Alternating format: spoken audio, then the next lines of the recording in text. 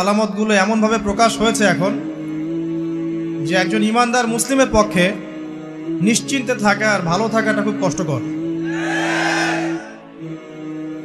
তারপরেও নবী সাল্লাল্লাহু আলাইহি ওয়াসাল্লাম আমাদেরকে দিক নির্দেশনা দিয়েছেন যে যখন ফিতনার যুগ আসবে, ফিতনার যুগ বলতে চতুর্দিক থেকে ফিতনার ফাসাদ।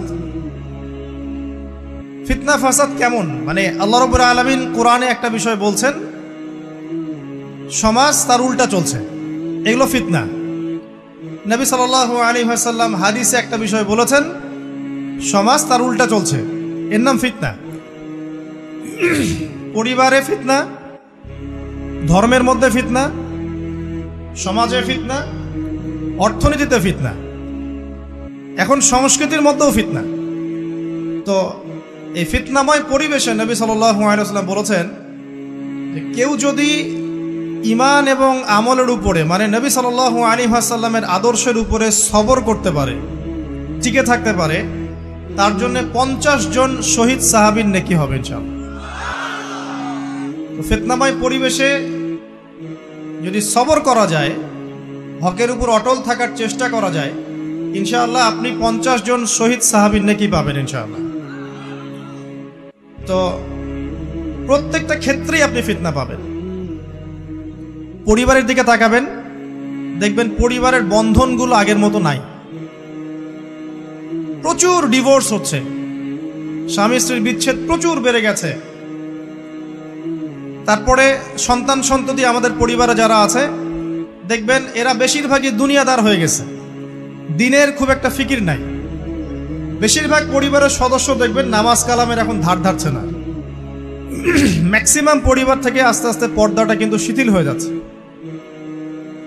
আপনি ব্যক্তি জীবনের দিকে তাকিয়ে দেখেন, গর্বের সাথে আমরা বলি না যে 90% মুসলিমের বাংলাদেশ, দেখবেন মেজরিটি সংখ্যক মুসলিম 5 ওয়াক্ত নামাজ জামাতে পড়ে না।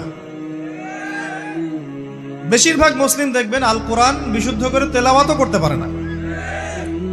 তো এরপরেও আমরা দাবি করি যে আমরা প্রকৃত মুসলিম, জান্নাত আমাদের জন্য অপেক্ষা করছে।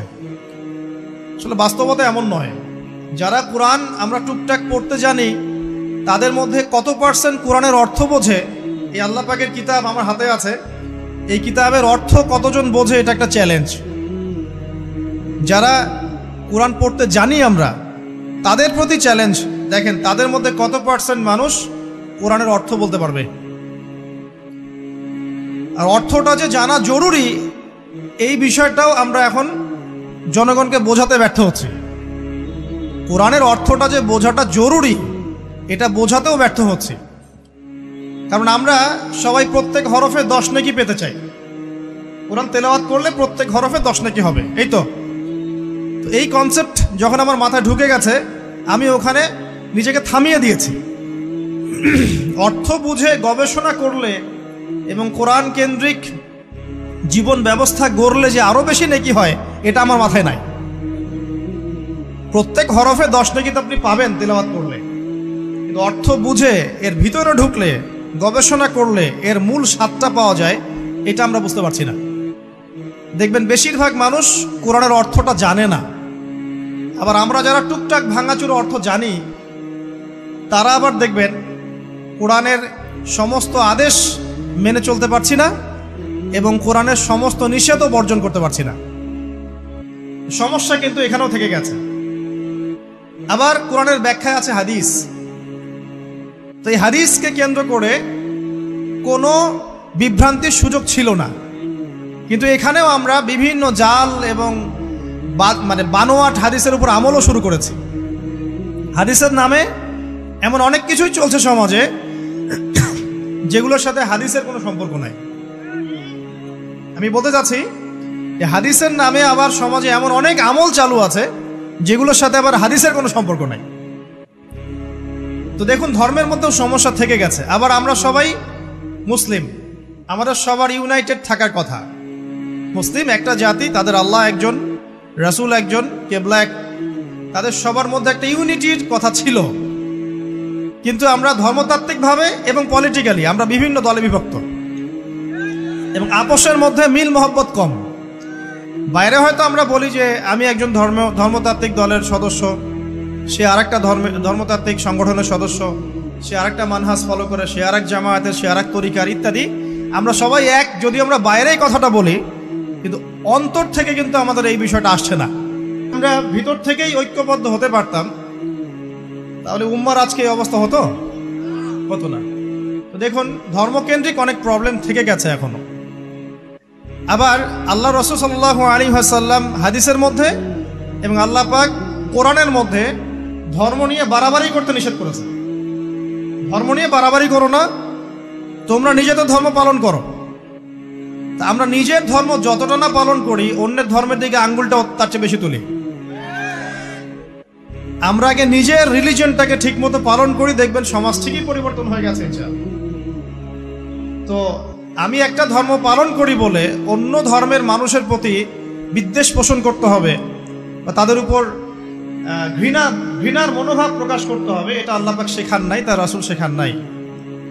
আল্লাহ এবং তার রাসূল কি শিখিয়েছেন? ইসলামের সত্য বিষয়টাকে আপনি সবার সামনে উপস্থাপন করবেন।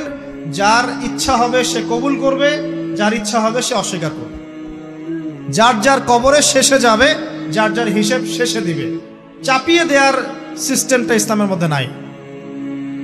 এখন আসেন, পরিবারের আপনাকে ফিতনা কিছু বললাম। অর্থনীতির জীবনে যাবেন, ব্যবসা বাণিজ্যের মধ্যে যান, দেখেন বেশিরভাগ কালোবাজারি করছে, সিন্ডিকেট করছে, মজুদদার মাপে কম দিচ্ছে, জনগণকে ঠকাচ্ছে, করছে না? এগুলো পলিটিক্যাল ফিতনা, এগুলো ইকোনমিক্যাল ফিতনা। তারপরে আপনি আরো দেখবেন ইকোনমিক সেক্টরে রিবা ভর্তি, সুদ। রিবা মানে কি? সুদ, রিবা দিয়ে ভর্তি। ঘুষ ছাড়া কাজ হচ্ছে না, ঠিক আছে? অন্যের সম্পদ আত্মসাৎ না করলে আমাদের পেটের ভাত হজম হচ্ছে না। তো এই যে দুর্নীতি বলেন, ঘুষ বলেন, রিবা বা সুদ বলেন, হ্যাঁ, তারপরে কালো বাজারি বলেন, কালো টাকা সাদা করার টেন্ডেন্সি বলেন, পাচার বলেন, সবগুলো অর্থনৈতিক ফিতনা। এগুলো হচ্ছে কি? অর্থনৈতিক ফিতনা। এবার দুজন ফেরেশতা মাথার দিক থেকে আসবেন, আসতে চাইবেন, সালাত বলবে এখান দিয়ে আসা যাবে না, এদিক দিয়ে আসা যাবে না। ডান দিক দিয়ে আসতে চাইবেন, এদিক দিয়ে আসা যাবে না। বাম দিক দিয়ে আসতে চাইবেন, যাকাত বলবে এদিক দিয়ে আসা যাবে না। পায়ের দিক দিয়ে আসতে চাইবেন, আমলগুলো বলবে এদিক দিয়ে আসা যাবে না। তখন যাই হোক, তারা আসবেন। এটা কথা কি? এটা কথাটা হচ্ছে যে সলাতের গুরুত্ব, মানে সে সলাত আদায় করেছে, সে আমার হক আদায় করেছে, আমি তার পক্ষে আছি, পক্ষে বোঝাচ্ছে। রোজা বলবে আমি ওর পক্ষে আছি, তাকে আপনি কোনো শাস্তি দিবেন না, আমি তার পক্ষে আছি। আপনারা দুজন তাকে শাস্তি দিবেন না, আমি যাকাত তার পক্ষে আছি, এটা পক্ষে থাকার কথা। তারপরেও তারা আসবেন, চোখগুলো হবে নীল এবং কালো বর্ণ, নীলাপ চোখের কালো। মুনকার নাকি? উঠে বসিয়ে দেওয়া হবে। এবার তিনটা প্রশ্ন। প্রথমে প্রশ্ন হচ্ছে কি? মান রব, তোমার রবকে। তখন মুমিন বান্দা বুক ফুলিয়ে বলবে রব্বি আল্লাহ, আমার রবকে আল্লাহ। পৃথিবীতে যে ব্যক্তি আল্লাহর সাথে শিরিক করে নাই, আল্লাহর তাওহীদের উপর থেকেছে এবং তার উপরে মৃত্যুবরণ করেছে, ইনশাআল্লাহ সে ব্যক্তি এর উত্তর নির্দ্বিধায় দিতে পারবে ইনশাআল্লাহ। আর দুনিয়াতে যে বা যারাই আল্লাহর সাথে শিরিক করবে, আল্লাহর সাথে শিরকের পাপে লিপ্ত হবে, ওই অবস্থায় মারা যাবে, তাওহীদের উপর থাকবে না, কোশ্চিন কালেও মান রব্বুক উত্তর দিতে পারবে না। তারপরে প্রশ্ন হয়ে যাবে মা দিনুক, তোমার দিন কি ছিল? মুমিন বান্দা উত্তর দিবে কি? দিন ইয়ান ইসলাম, আমার দিন ছিল ইসলাম। এখানে শুনে রাখেন, পৃথিবীতে যারা ইসলামকে পরিপূর্ণরূপে পালন করবে তারাই এই উত্তর দিতে পারবে ইনশাআল্লাহ। যারা ইসলামকে ঠাট্টা বিদ্রুপের হাসি তামাশার পাত্র বানিয়েছে, মন চাইলে কিছু করি, মন চাইলে কিছু করি না, সহজগুলো একটু আমল করি, বাকি কিছুর আমল ধারি না, হ্যাঁ, নামাজ পড়ি, সুদ ছাড়তে পারি না, ঠিক আছে, বছর বছর উমরা করি, এদিকে ঘুষ দুর্নীতি ছাড়তে পারি না, ইসলামকে ঠাট্টা তামাশার পাত্র বানিয়েছে, এরা কোশ্চিন কালে উত্তর দিতে পারবে না মা দিনু। দিনে পরিপূর্ণরূপে ইসলামে প্রবেশ করতে বলেছেন আল্লাহ রাব্বুল আলামিন। যারা পরিপূর্ণরূপে ইসলামে প্রবেশ করবে এবং ইসলামের প্রতিটা মৌলিক বিধান মেনে চলবে, ইনশাআল্লাহ তারা এর উত্তর দিতে পারবে। এরপরে আসবে তৃতীয় প্রশ্ন। নবী সাল্লাল্লাহু আলাইহি ওয়াসাল্লামকে দেখানো হবে। যখন দেখানো হবে তখন সূর্য যখন ডুবে যায়, যে দৃশ্যটা আমরা দেখতে পারি না, ওই দৃশ্যটা ভেসে উঠবে। এবং মুমিন বান্দা অস্থির হয়ে যাবে, বলবে আমাকে ছেড়ে দাও, আমি নামাজ পড়বো। সুবহানাল্লাহ। তার কারণ তার কাছে মনে হবে যে আসরের ওয়াক্ত হয়ে গেছে, আসরের ওয়াক্ত হয়ে গেছে, আসরের ওয়াক্ত চলে যাচ্ছে, আমাকে নামাজ পড়তে হবে। চিন্তা করেছেন? ওই যে একটা হাদিস আছে না, যে 7 শ্রেণীর মানুষকে আল্লাহ রাব্বুল আলামিন আরশের ছায়া ছায়া দিবেন, তার মধ্যে এক শ্রেণীর মানুষকে যার অন্তর মসজিদের সাথে ঝুলে থাকে, তার মন মসজিদের সাথে ঝুলে ছিল, এই সূর্য ডুবে গেল বলে আমাকে ছেড়ে দাও, আমি নামাজ পড়তে যাব। তখন ফেরেশতারা বলবেন তোমাকে নামাজ পড়তে দেয়া হবে, তবে তার আগে তুমি এর উত্তর দাও। কি উত্তর? এই ব্যক্তির দিকে তাকাও। তখন নবী সাল্লাল্লাহু আলাইহি ওয়াসাল্লামকে দেখানো হবে, সাল্লাল্লাহু আলাইহি ওয়াসাল্লাম দরুদ পড়বেন, বলা হবে যে এই ব্যক্তির সম্পর্কে তোমার কি ধারণা? মান হাযা রাজুলু বুইসা ফীকুম, এই ব্যক্তি কে, যাকে তোমাদের কাছে পাঠানো হয়েছিল? মুমিন ব্যক্তি নির্দ্বিধায় বলে দিবে যে তিনি হচ্ছেন আমার নবী মুহাম্মদুর রাসূলুল্লাহ সাল্লাল্লাহু আলাইহি ওয়াসাল্লাম। দেখুন, পৃথিবীতে যে বা যারাই নবী সাল্লাল্লাহু আলাইহি ওয়াসাল্লামের সুন্নতের উপর আমল করবে, ইনশাআল্লাহ সে তার উত্তর দিতে পারবে। দুনিয়াতে যারা নবীর সুন্নতের 5 পয়সা পরোয়া করছে না, তার আদর্শের 5 পয়সা দাম দিচ্ছে না, তারা কোশ্চিনকালে উত্তর দিতে পারবে। নাম হতে পারে আব্দুর রহমান, আব্দুর রহিম, নবীর সুন্নতের ধার ধারে না, তারা উত্তর দিতে পারবে। নবীর সুন্নতের গুরুত্ব কত গভীর, এটা আমাদেরকে এখান থেকে বুঝতে হবে। তাই প্রিয় যুবক ভাইরা, মুসলিম ভাইরা, আমাদের জীবনটাকে নবীর আদর্শ এবং সুন্নতে ঢেলে সাজাতে হবে। সকাল থেকে সন্ধ্যা পর্যন্ত প্রতিটা কাজ করবো কার তরিকায়? রাসূলের তরিকা। নামাজ পড়বো তার তরিকায়, রোজা, সিয়াম, হজ, জাকাত, আমল, মুআমালাত, আখলাক সব কার তরিকায়? নবী সাল্লাল্লাহু আলাইহি ওয়াসাল্লামের তরিকা অনুযায়ী ইনশাআল্লাহ। আল্লাহ পাক তৌফিক এনায়েত করুন, আমিন। এবার ফেরেশতা দুজন জিজ্ঞাসা করবেন অবাক হয়ে, তুমি কিভাবে এটা জানলে? তুমি কিভাবে এই 3টা প্রশ্নের উত্তর দিতে পারলে? কারণ বেশিরভাগ মানুষ তো উত্তর দিতে পারবে না, বেশিরভাগ মানুষই এই উত্তর দিতে পারবে না।